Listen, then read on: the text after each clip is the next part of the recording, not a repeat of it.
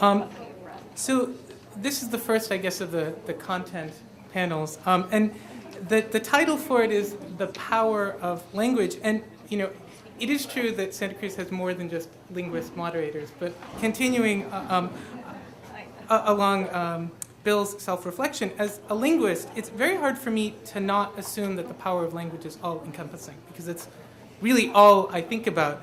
But I mean, I want to sort of begin by saying that it's probably all that many of us think about. It's central to our everyday lives. I mean, we sort of interact with each other linguistically, but it's also central in defining us as a species.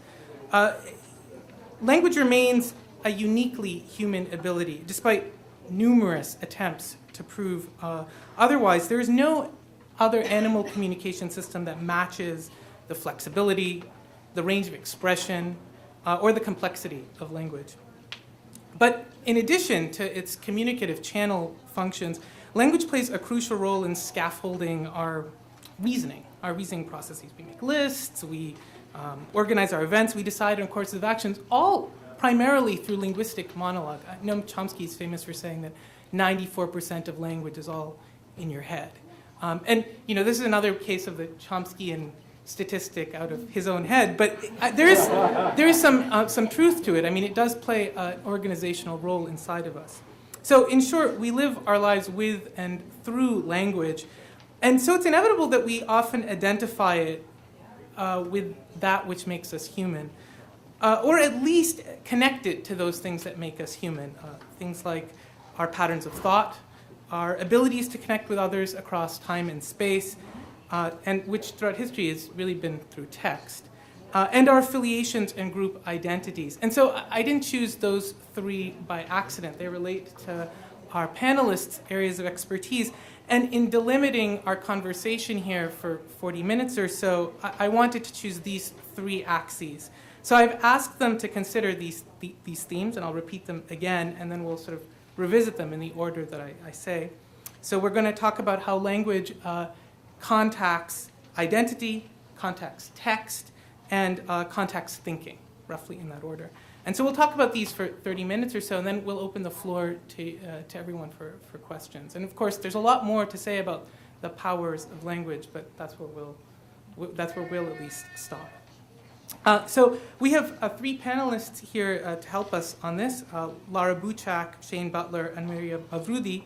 Lara is an assistant professor of philosophy at UC Berkeley who specializes primarily in epistemology, and her work is about what it means to be rational and how humans could be understood to be rational. There's a lot of rearguard action attempting to argue otherwise. And we'll hear something about that. In her tenure as a President's Fellow, she has pursued a project of trying to understand the relation between risk and rationality, and we'll hear about her mathematical and philosophical ideas on the topic. Next to her is Shane Butler. Shane is a professor of classics at UCLA, where he's also Associate Dean of Humanities. He works primarily on Latin literature, both in antiquity and through the Renaissance. He says on his website, and beyond, so modern Latin. And a large portion of his work has grappled with the thorny interconnections of speech, textual artifacts, and authorship. And during his President's Fellowship, he's been working on a new book, which is now called The Ancient Phonograph. It's a great title, which rediscovers antiquity's perspectives on, writings about, and imitations of the oral in writing. It sounds really cool, actually.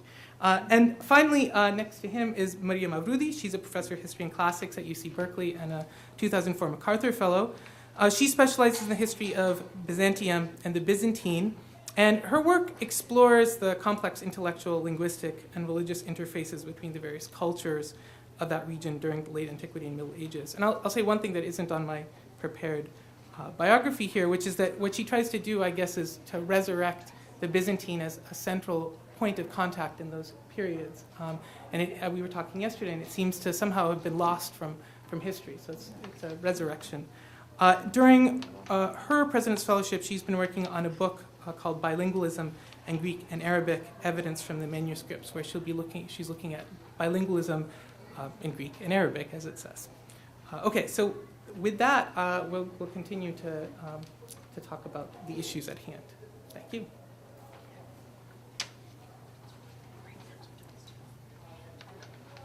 So I wanted to begin with. Try to find this microphone. Okay, I wanted to begin by talking to Maria first. Hi, and I want to start by talking about issues of language and identity. And so you're working on bilingualism, and this is something that is relevant to us now. I mean, we have a modern conception in California of what bilingualism is, both empirically and normatively. And I'm wondering if you could comment on that and its relation to what you're finding in ancient history.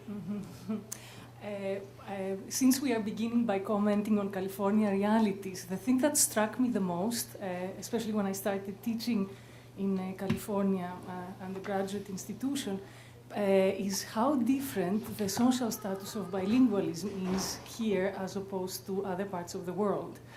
And the way this was driven home to me was by a survey I was asked to fill by one of my undergraduates who was the first in her generation to go to college.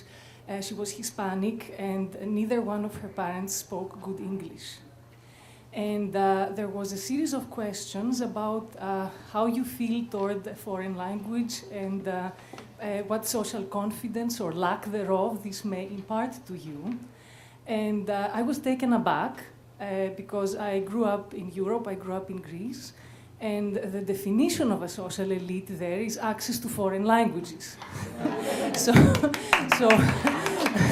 middle-class parents would go at any length and pay a lot of money to have their children learn foreign languages early. There is 10 million Greeks and nobody else speaks their language. I started learning English at 6 or maybe 5. I think I started learning how to write in English before I did in Greek. I was 12 years old and my mother said, I think it's too late, but you ought to study French now.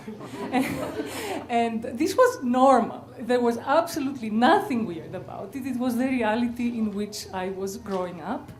But I realized there was quite an inverted reality here, whereas the sense of a foreign accent came with a social disadvantage. And I really had to work on that mentally.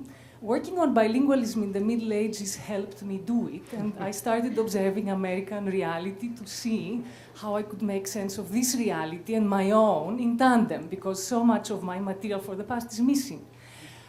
So it was around the time of the first Iraqi war, and I started observing how many Arab Americans were being used in various capacities during that war.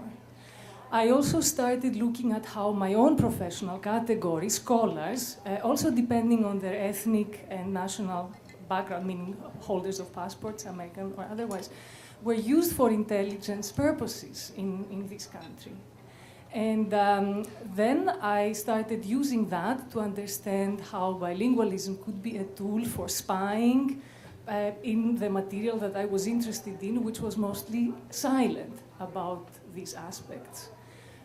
So there was a window into society, a window onto warfare, in which my 20th and 21st century society was engaged. And I can keep going on and on and on, but I'll stop here because I can't monopolize everybody's time. Well, actually, maybe I'd be interested in you going on just a little bit more. I mean, sort of particularize it for us. I mean, what are these manuscripts, and what do you find in them? When I started out, I thought, I should start with the way the transmission of knowledge has been made into a grand narrative since the 19th century for us. And I think much of the wider educated public is familiar with this narrative, and I hope you recognize at least elements of it as I speak. So the idea is that the sciences and philosophy were born in the ancient Near East, and then philosophy not quite, but the sciences. The sciences were born in the ancient Near East. From there, they migrated to the Greco-Roman world. The Greeks created philosophy. They enriched the Near Eastern science. And then this was received by the Romans, and all of this flourished in the Greco-Roman world until at the very latest, let's say, 6th to 7th century, where it began, or had already begun, its decline. And it was rescued by the Arabs, who conquered the Mediterranean world in the 7th century and brought it to a new period of height in the 10th and 11th centuries, which we call classical Islam.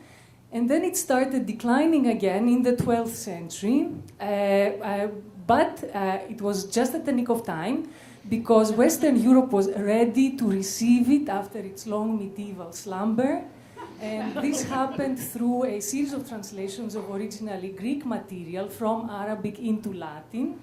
And then in the 14th and especially the 15th century, as the Byzantine Empire, the empire that I'm studying, was crumbling under Ottoman pressure, the Byzantines migrated to the West by bringing with them not knowledge, according to this narrative, but just manuscripts, just texts, ancient texts. And this was the last and perhaps most decisive contribution, Byzantine contribution to modernity, because it is what started what we call Western societies into a triumphal ascendant and explains also their economic and political preponderance in the 19th and 20th century, early 20th century world. So this was the grand narrative as I received it, the way I got into it. I myself have pronounced the words as a graduate student, Byzantine science does not exist. Life's revenge on me is that now I'm working on it. And now I see that it exists, and I see it. It became part of a way to understand. First of all, I started realizing that pieces of the narrative did not fit well together, and I did not invent this. These pieces of the narrative did not fit well together already at the beginning of the 19th century. And I will give you only one example. In the 1820s, somebody went into the Bibliothèque Nationale in Paris and counted how many medieval manuscripts of medieval translations of Aristotle existed, and how many of these translations had been made directly out of the Greek, and how many through an Arabic intermediary. There were many more 12th century translations of Aristotle made directly out of the Greek, rather than out of an Arabic intermediary, which throws part of the entire narrative I gave you earlier out of the window. However, nobody has really worked on this until the 1950s. There is a person in Italy who worked on the medieval translations of Aristotle, but still after all this work, which is still not enough, we do not know enough about Greek translations of Aristotle in the 12th and 13th centuries, we still do not have it incorporated into a narrative. So part of how my thinking started is all of this was picked up, evidently, from Byzantine manuscripts. So what they were picking up in the 12th and 13th centuries was not ancient philosophy and science as such, but ancient philosophy and science as assimilated by the Greek Middle Ages, Byzantium. And it was true that what I found was medieval, like Byzantine commentaries translated into Latin at the same time as Aristotle was translated into Latin. So that, to me, signaled a need to revise the narrative, and ditto in science. I could find other examples. The problem is that many of these texts are unpublished. And people working with manuscripts know this very well. It is extremely time-consuming, extremely slow to make your way through a manuscript. So what I want to do, my own lifetime is not enough. I hope that the humanities and my field will be perpetuated so that many more people like me can work on this and figure it out in a different way. And I think we need it because it's true, A, because it's true, most important, and B, because we live in a post-colonial world, and we need our myths revised.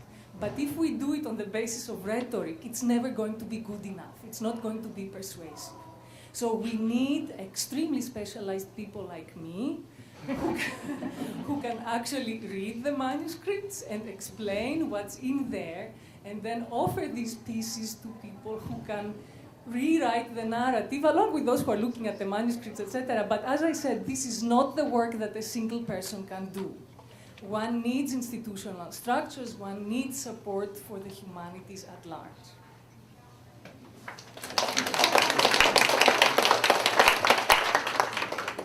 Thank you. I wanted to sort of pick up on something you said at the beginning about sort of multilingualism and prestige. And I wanted to ask Shane about this because you work on a language that is now confined to prestige in our society. If only. You know, this is the Sometimes. narrative I'm going to. You can problematize.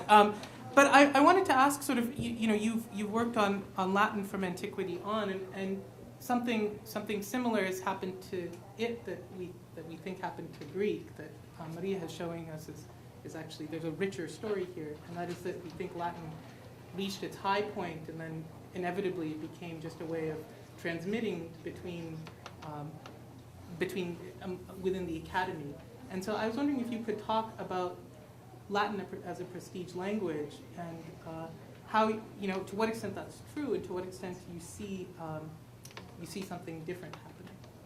Yeah, I mean, it's an enormous question in a way. I mean, there is, when you start talking about languages and prestige, you already have simplified things a little bit, because inside languages there are prestige registers of a language. We're speaking one of those registers now. This is not how any of us actually speaks over drinks, as we learned last night. And so Latin is aberrant in the sense that it becomes, after antiquity, coterminous with certain kinds of activity that you need a lot of education and a lot of luck to be able to access. But as one of my Latin teachers in Rome used to say, I'll use a different word, sex worker and ditch digger in ancient Rome could speak Latin, why can't you? As a reminder that it was a language, and all languages actually find their various levels. So I work on Latin from the past, and from the very distant past, and from the less distant past, but almost everything that I work on, not everything, but almost everything that I work on, is a literary text. And that means that whenever it was written, it actually belongs to a very specific set of circumstances. Now that might seem to be, and in many ways is, a kind of elitism. I mean, these texts occupy positions of wealth, positions of prestige, positions of education that not everyone can have. But there's another way in which Latin functions, and actually David Marshall alluded to a later instantiation of this, the Republic of Letters, which goes back to the res publica literarum of the Renaissance, the same real expression, which was a time in which Latin, and really it had been this since antiquity, was a kind of common ground for people of incredibly diverse background.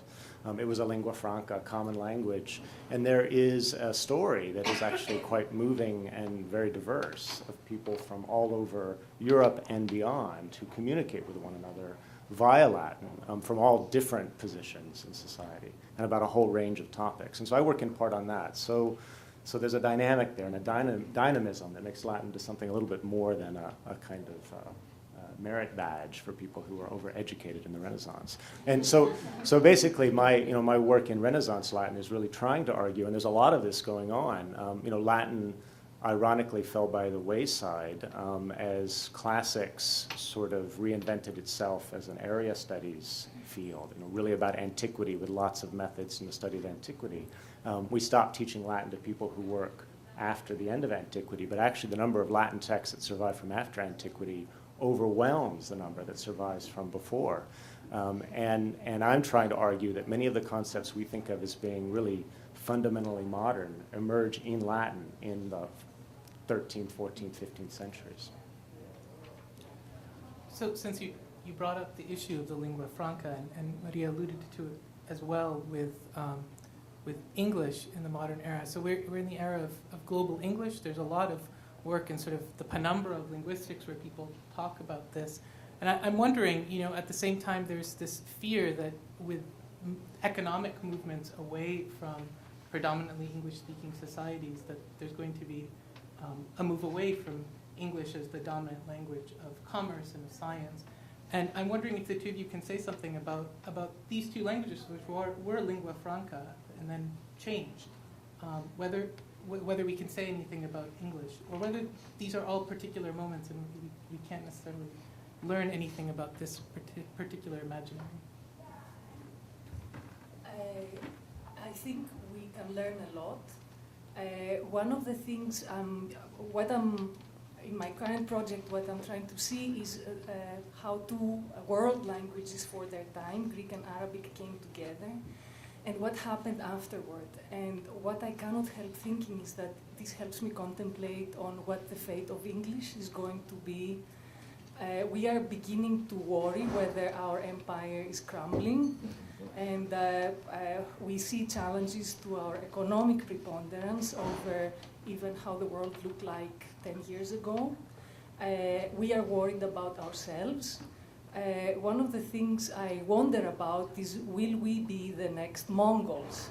Because it's the big, honestly, not in a derogatory way, because the new sort of thinking in medieval studies is that the Mongols were a great empire, a great unifying force, not at all the destructive power that one usually associates them with, but a unifying power for a while that helped medieval trade globalization, Marco Polo, etc.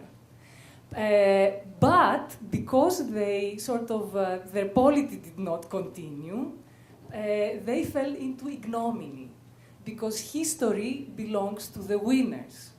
The winners get to write it. As Winston Churchill said, and I love this quote, "History will be kind to me, for I intend to write it." So they didn't get the final word, so language. They didn't get the final word, and that's why they sunk into ignominy. So I like to think that our empire will not end up this way as long as we manage to keep English going. And it doesn't, I mean, and the fate of the British Empire gives me hope, because it has been dismembered, but its prestige is high because its colony kept it going. That's us. So as long as the colony keeps going, and I honestly think that, and I won't bore you with giving you examples from the medieval context, but I do see that culture goes on for longer than politics. A polity lasts less than culture. And that really gives me hope for our future as humanity. Because if culture is the last thing that dies and not cockroaches after a nuclear disaster, then there is hope. Not quite sure how to follow the cockroaches and the disaster. Just to be, very brief, just a reminder, to all of us that languages are not indifferent tools that we pick up and use. We could use one just as easily as we could use another. They're places where we put things. I'm really interested in the humanities as the study of a series of compartments in which human beings put things, where they'll stay for a while and people will continue to use them and change them and think about them. And languages evolve in a way that are different. And in one language, a thought sounds one way, and in another language, it sounds different and maybe becomes a different thought. And so I would agree very much with Maria that the question is not, which language will endure or when, but why can't we keep as many of them as we can? And that's, of course, something that the humanities is, in a sense, organized to do.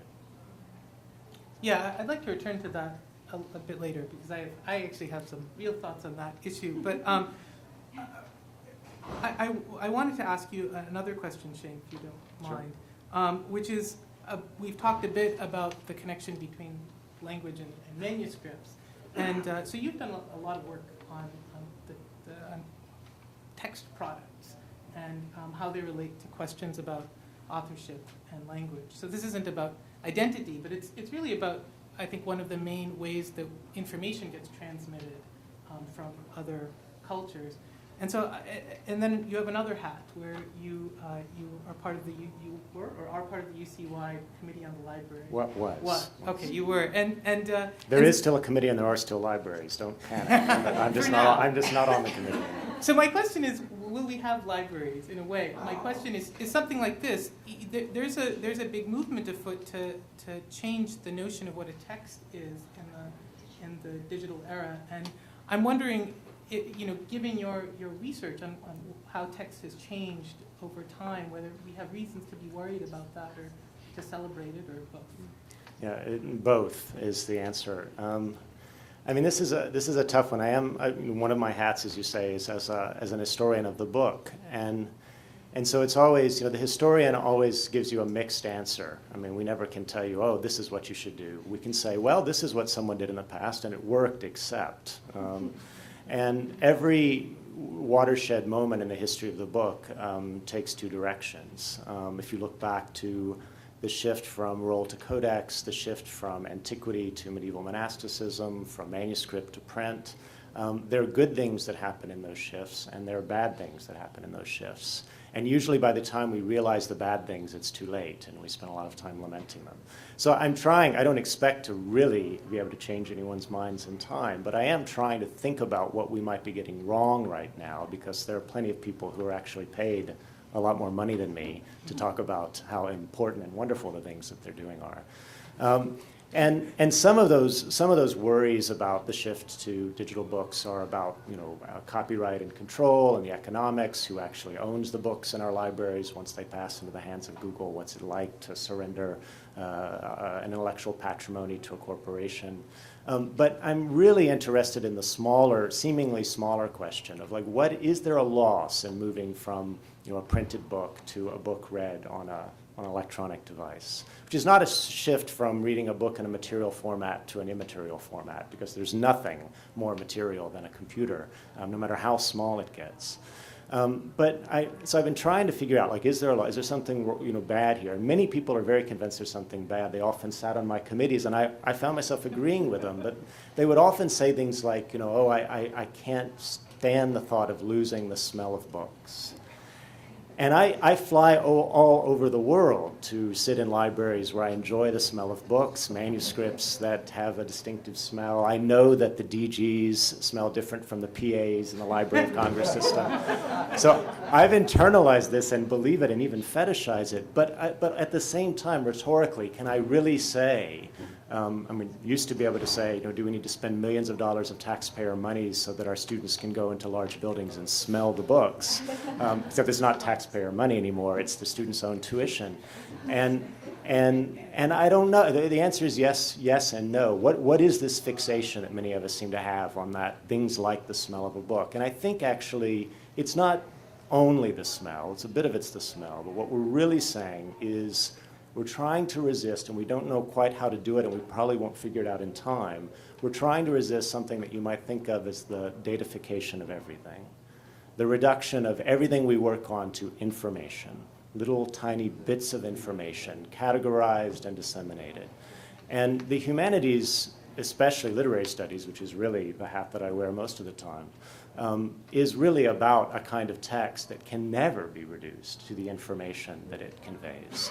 The pleasure in a literary text, by definition, we all had this really from kindergarten on, has something to do with a kind of contemplation, maybe not only of meaning, not only engineers of meaning, but teachers of non-meaning, of things that maybe are meaningful in the way in which they don't actually answer a question right away, or sort of mysteries. Those kinds of things, you can't OCR them, optical character recognition. You can't extract them from a text and put them in a tiny snippet and send it to you for almost unconscious assimilation. I think that we're worried about the kinds of reading that we do, and they're not really so much about the material form of the book, but they are about the ways in which that material form was always inviting us into a particular kind of reading that we're afraid we're going to lose. Thank you. Can I just have a very quick historical follow-up? So is this question novel?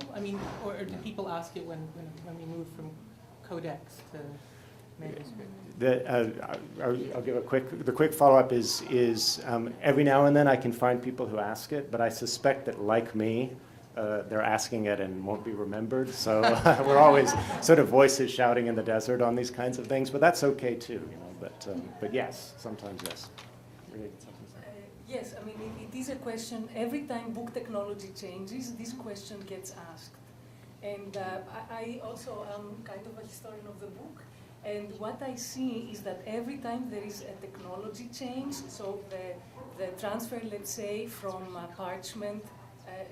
from papyrus to parchment, and then from parchment to paper, entails losses.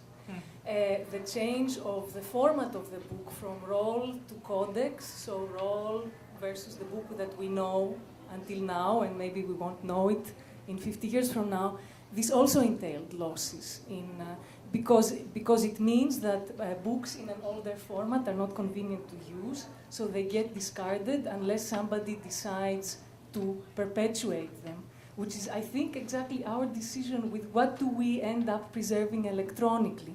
There is a judgment call there, and we make this judgment call on the basis of the criteria and the likes and dislikes and values of our time, inevitably.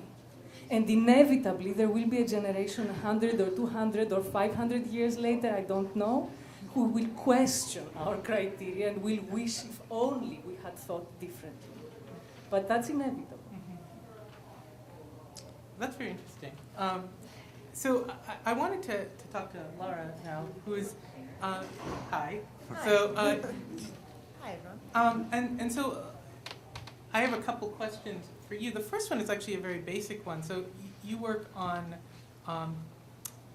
sort of the mathematical theories of how we go about adjudicating how we use our values to make decisions.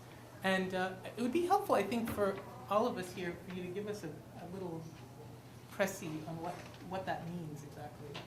Sure. So we've been talking about the humanities, and you might wonder, well, how does this mathematical theory of decision-making count as the humanities? I think there's sort of nothing more human than the problem of what should I do when I'm not sure how the future is going to turn out. And decision theory mathematically models these decisions. And by these decisions, I mean everything from a very ordinary decision, such as I don't know whether or not it's going to rain, and I'm trying to decide whether to bring an umbrella. Or maybe that's more of a Berkeley decision. A Santa Cruz decision might be, I don't know whether it's going to be sunny or really sunny. Should I bring a long sleeve shirt to the beach or not? So that's sort of a very simple kind of decision. But another kind of decision that comes up is a more complex life decision. So for example, you don't know whether you're the kind of person that can make it as an artist, and you're trying to decide whether to pursue a career in the arts or to pick something that you know is the safe option that will make sure to make you money. Which one? The answer is not philosopher, but and the way that decision theorists model these decisions is they.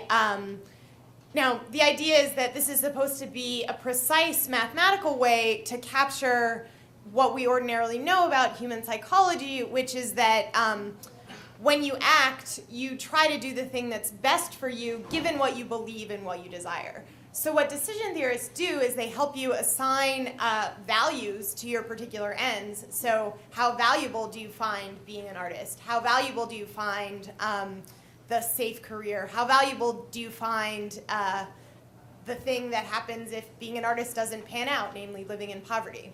And also helps you give precise numbers to what you believe. So how likely do you think it is that you're going to succeed in your career as an artist? How likely do you think it is that the safe option is really safe? And what decision theories tell us is how to get from these values that you assign to outcomes and beliefs about what the world is like to a uniquely rational decision about what you should do in the face of risk. Thank you. Okay, so what's wrong with it? So what's wrong? Well, so if you are at all familiar with kind of the psychology of decision making, one thing you might hear a lot is humans are wildly irrational. And so where does this come from? Well, there's this very standard economic model of decision theory, how we should do what I've just been talking about. And the idea is that when you're figuring out what to do, what you should do is simply take the average value of a certain act. So in the same way that you might calculate a lottery ticket's average value, you can think about the average value of becoming an artist by thinking about how likely it is to succeed, how valuable that is to you, and so forth. What this doesn't make room for is the idea that you might care about what happens in the worst possible scenario more than you might care about what happens in the best possible scenario, or vice versa. And the standard economic theories say that, in fact, it is not rational to care about those things. Now, what psychology shows us is that people do. And so the way people look at these results is to say, oh, well, look, people are just so irrational in how they take risk into account. But what I want to do is to vindicate what actual people do, to explain why, in fact, we are rational in caring about, say, the worst case scenario disproportionately, or even caring about the best case scenario disproportionately. So what I think is sort of wrong about the standard economic theory is that it only allows you to pick your values about the outcomes that are certain. So it allows you to say how much you value certain careers and stuff and so forth, but it says that there's one single way that everybody has to take risk into account. What my research does is it argues that how you take risk into account is in fact up to you. That's another thing that's up to you to determine, just as it's up to you to determine like what life paths you find valuable. It's also up to you to determine subjectively which strategies you want to take towards your life as a whole. Do you want to be the prudent person who just makes sure that the worst case scenario isn't so bad? Or do you want to be the venturesome person who makes sure that, pursues that career as an artist and says, look, I might fail, but I'm going after something that could possibly be really, really good. So what my research shows is that reason isn't going to pick between these two ways of living your life. That's actually up to you to pick. And it's going to be rational to live your life in the prudent way, and it's going to be rational to live your life in the more venturesome way. So do you think that, so you're on a panel about language, so and there is something that, at least in the philosophy of language that people talk about, which is that language has a certain privileged access to our rational selves and our decision-making, our practical inference abilities. What do you think? I mean, how would you integrate what you do with what they do, or would you not? Yeah, that's a really interesting question. One other thing that the psychological research shows is that actually how you describe decisions is going to make a difference to what people pick. So if you describe them in terms of possible gains, people are going to be more averse to taking risks. But if you describe them in terms of possible losses, people are going to be more seeking of risks.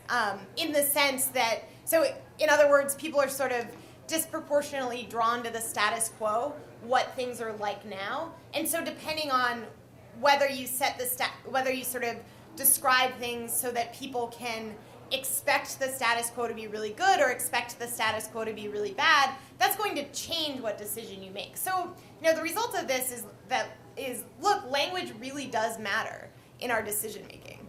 Now the question comes up of, well, given that I know that, what should I do when I'm making my actual decisions? Because I know that if I think about it this way, I'm going to be inclined to one thing, and if I think about it this other way, I'm going to be inclined to this other thing.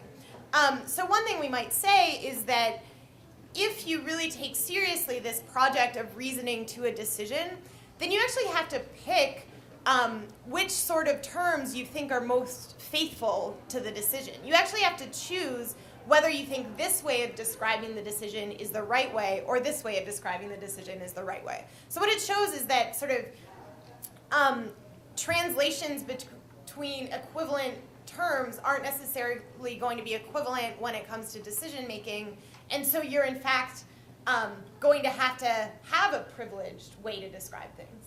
And would you say that's rational or not? Well, I would say that in a sense that is one thing that we do when we reason about decision making is, we think like, okay, here's maybe a simple example.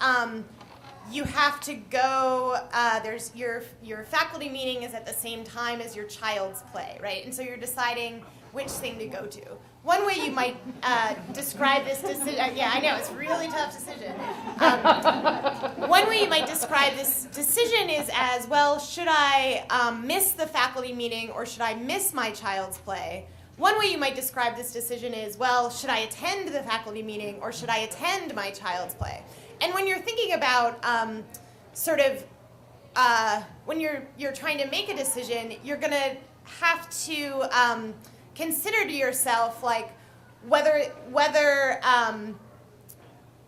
it's sort of more correct to think about your decisions as between like attending one of two very good things. Now we're making an assumption about faculty meetings here, but decide sort of like the positive aspect of, do I want to positively go to this thing or positively go to this thing?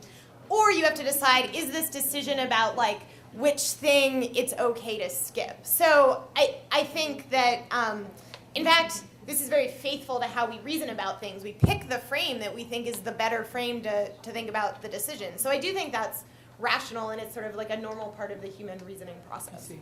So this is one way in which language really does shape thought. But Shane, you brought up another way, which is not about, in the synchronic language, the rational agent thinking about it, but rather in the sense that different languages can frame a thought, say a thought radically differently. So I wanted to ask the two of you what you think of this connection between language and thought, since you guys work on languages that are very different from the language you speak natively and cultures that are very different than the culture that you inhabit natively. This is something that linguists worried a lot about 50 years ago, and every 50 years it recurs, so it's recurring right now. But I talked to linguists about this, but I was interested, people who actually work on these other areas, what you might think. To what extent does a language shape one's thought patterns or vice versa? Let me try to be really brief because I Yeah, think we want to get to some questions, I think, from the audience. Let me take a stab at a really big and probably very dangerous synthesis, especially with the cameras rolling. If you think about the conversation on the last panel about the humanities, the term humanities goes back to the Renaissance discipline of the Studia Humanitatis. And humanitas in Latin refers to two things, really. It refers to what's human as a least common denominator, what is like basically the irreducible humanness that we share, and what's humane in terms of sort of the summit of human accomplishment. And I think the humanities sort of pose the hypothesis, here's the grand synthesis, that these two are actually related. That some of the hardest things that we do tell us something about the most basic ways in which we live and experience the world. I think language actually falls between those two extremes. And so if you think about, I'm writing a book about the voice, you think about the way that the voice works. Well, language is something, yes, that all humans share, but we also communicate in ways that are less than language, that are like the ways animals communicate. And we also communicate in some ways that you might say are more than language, like song, that go beyond what we can say with words. So I think the humanities map onto this question of knowledge, but I think that this self-conscious study of knowledge is often about pushing ourselves up and down into those realms that don't coincide with what we know and what we can say about it. I see. Kind of crazy synthesis. I apologize for the rapidity of that. If I can summarize what I think we've been skirting around, both in our panel and the previous one, is the humanities as the very foundation of democracy. Because if we think of democracy as reasoned public debate, then we need processes of reasoning, and we need language, and we also need a consensus on what constitutes language and the code of communication in order to have it. So if we still hold up to this ideal of a democratic society, which I don't know if we are, I see trends that worry me, but assuming that we all at least still pay lip service to that ideal, then it is necessary to preserve the humanities as the very foundation of that political system. Okay, thank you. So we'll now open the floor to questions. Yes. So I'd like to address all three of you with the following idea. First, that the humanities is the study of bad decisions. That is, that what we look at in literary narrative, what we look at in historical narrative, are the ways in which things go wrong. And that narrativization is, in some sense, a way of playing out those things that go wrong, because if things go right, well, then they just happen. But secondly, if the humanities is the study of bad decisions, or if literature cannot be reduced to data, in that sense, could you argue that philology is the study of good decisions? When someone edits a text, you need to make clear, seemingly rational decisions about making choices among different variants. And the history of textual criticism is a deeply, not just methodologically, but ideologically fraught notion of how people decide. And so what I'm asking the three of you to do is reflect on the process of decision-making in these historical and philological ways. Can I jump in first? I think I'll be fast. So one thing I tell my students is that without error, there'd be no Odyssey. So if you don't get lost, there's no story. And so I agree with you entirely that literature really, in a self-conscious way, going back to Homer, embraces the mistake as being fundamental to the story.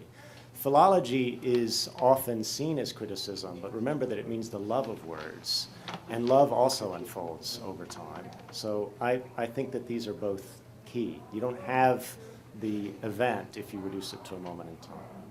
Yes, and I would like to add that philology is also a history of bad decisions as well as good That's ones. true. Nobody's immune.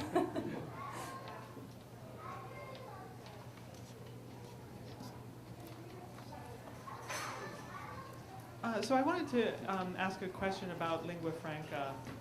And so it's a little bit both Maria and Shane, because I was thinking about one word that persists in our discourse from Latin, the memorandum. And I don't know if you know John Guillory's argument about the modern memo, where he suggests that what he calls the excessive Latinization of the memo is a consequence of Latins having been lost by information workers, right? So now it becomes this purely technical, you play with the prefixes and suffixes because they mean nothing to you, right? And so I guess what I wanted to know is this also a dimension in which language can persist, where language is reduced to a bad model of what we mean by information, rather than the good information theory model, which is a kind of chaos of possible meanings.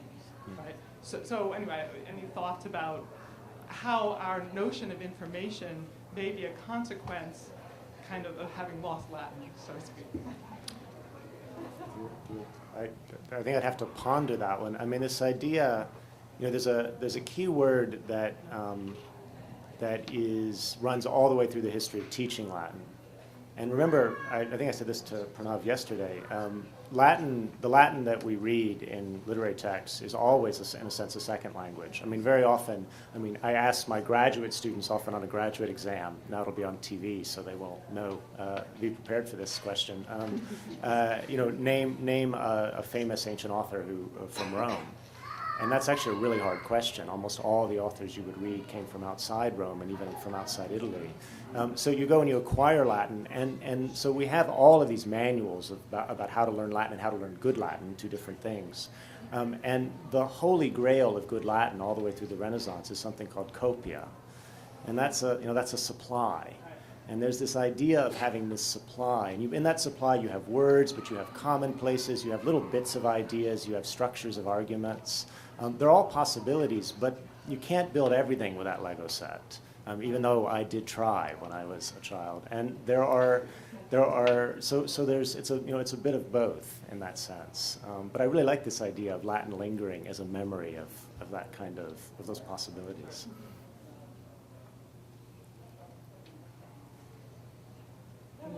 Oh, I'm sorry. And could you just say your name for this camera that I just recently Susan Anderson. I'd like to ask a question about reason and rationality, and because they started to slide towards the end of the discussion, and people talk about rational decisions as if there is a rational choice, and I love the way you just sort of said there may be multiple rational choices. And then you use the word reason and reasoned discourse.